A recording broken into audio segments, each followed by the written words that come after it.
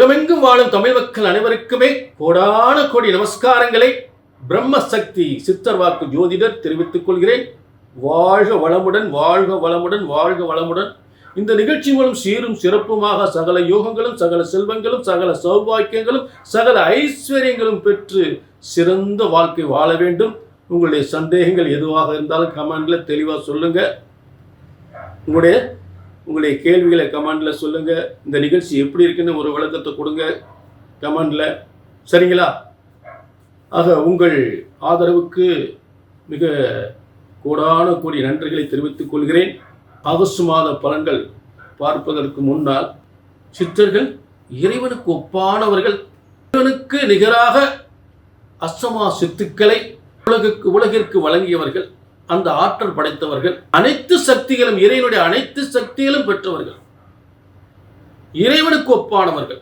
இறைவனால் படைக்கப்பட்ட மனித படைப்பின் அத்தனை யோகங்களும் பாதகங்களும், யோகங்களும் பாதகங்கள், ராஜ யோக அமைப்புகளும், இவை அனைத்துமே ஜோதிட ஞானத்தால் அறிந்தவர்கள் இந்த சித்தர்கள். மனித வாழ்க்கை அத்தனை யோகங்களும் சித்தர்கள் மூலம் பெறப்பட்டது. சித்தர்கள் சொன்ன இந்த வாக்கு வன்மை முறைப்படி இந்த பால சித்தர் உங்களுக்கு சித்தருடைய வாக்கை ஏற்று சித்தர் வாக்காக உங்களுக்கு பலன்களை வழங்கி கொண்டிருக்கிறேன்.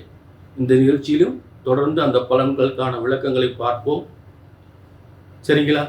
ஆக ஆகஸ்ட் மாத பலன்கள், சித்தர்கள் சொன்ன முறைப்படி ஆகஸ்ட் மாத பலன்கள் 1/8/2025 முதல் 31/8/2025 வரை இருக்கக்கூடிய 31 நாட்களுடைய சிறந்த பலன்கள்.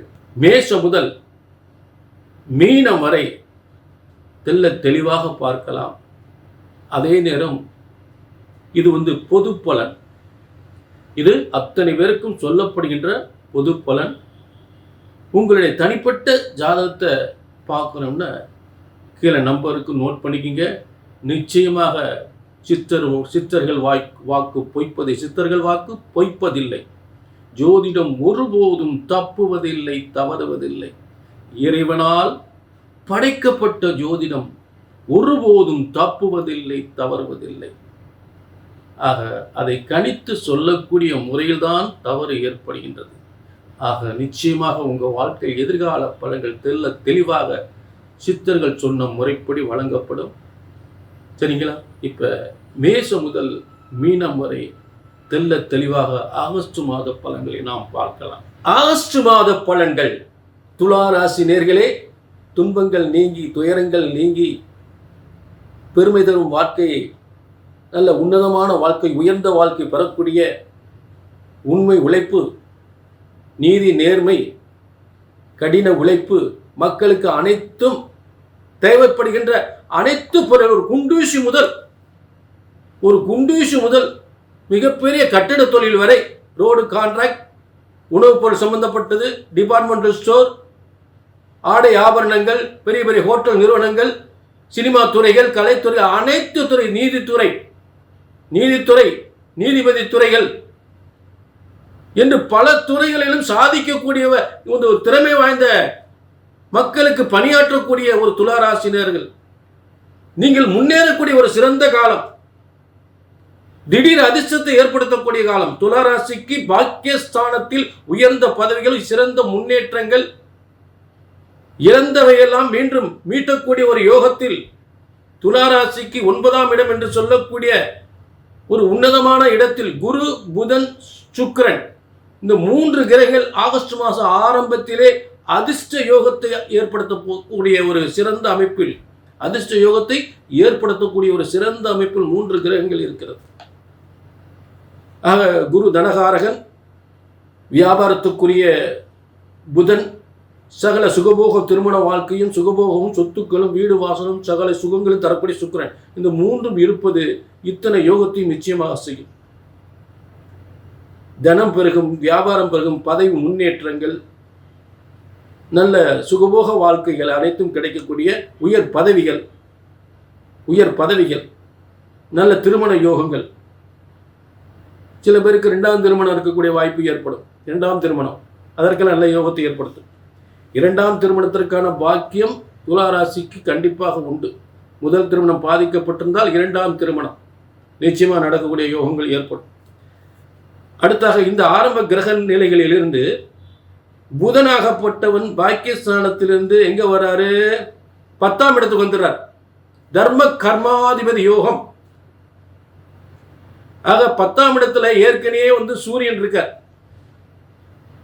சூரியன் துலா ராசிக்கு லாபாதிபதியாகி 11ஆம் அதிபதியாகி அரசு கிரகம் என்று சொல்லக்கூடியவன் 9ஆம் அதிபதி பாக்கியாதிபதியோடு சேர்ந்து அந்த 10ஆம் இடத்தில் இருந்த தர்ம கர்மாதிபதி யோகத்தில் புதிய பதவி, பெரிய பதவி, உயர்ந்த உத்தியோகம், உயர்ந்த பதவி நிச்சயமாக கிடைக்கும். புதிய தொழில், புதிய முயற்சி, புதிய தொழில் மிகப்பெரிய வெற்றி அடையும். அரசாங்க பதவி கிடைக்கும், அரசாங்க வேலை கிடைக்கும்.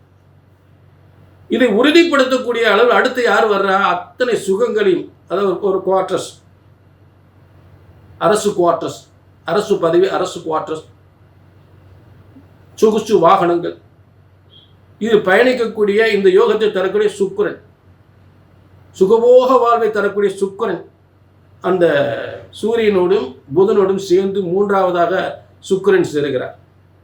எதிர்பாராத அதிர்ஷ்டத்தை ஏற்படுத்தக்கூடிய சுக்கிரன் துலா ராசிக்கு 8ஆம் அதிபதி. ஆக ராசிக்கு அதிபதியும் 8ஆம் அதிபதியும் சூரியன் புதனும் சுக்கிரனோடும் சேர்ந்து, சூரியன் புதன் சுக்கிரன் மூன்றும் சேர்ந்து திடீர் அதிர்ஷ்டத்தை, உயர்ந்த பதவி தரக்கூடிய ஒரு தர்ம கர்மாதிபதி யோகம், மேலும் வலிமை அடையக்கூடிய நிலை, சுகபோக வாழ்வை அனுபவிக்கக்கூடிய யோகத்தை ஏற்படுத்துகிறது. புரிஞ்சுங்களா? சரி, அடுத்து இந்த துலா ராசிக்கு அடுத்து இந்த 10ஆம் இடத்தில் இருக்கக்கூடிய புதன் அடுத்து என்ன பண்றாரு? அந்த யோகத்தை இந்த மாதத்தில் ஒரு 3/4 பகுதி மாதத்தில் 25ஆம் தேதி வரைக்கும் இந்த யோகத்தை கொடுத்துறாரு.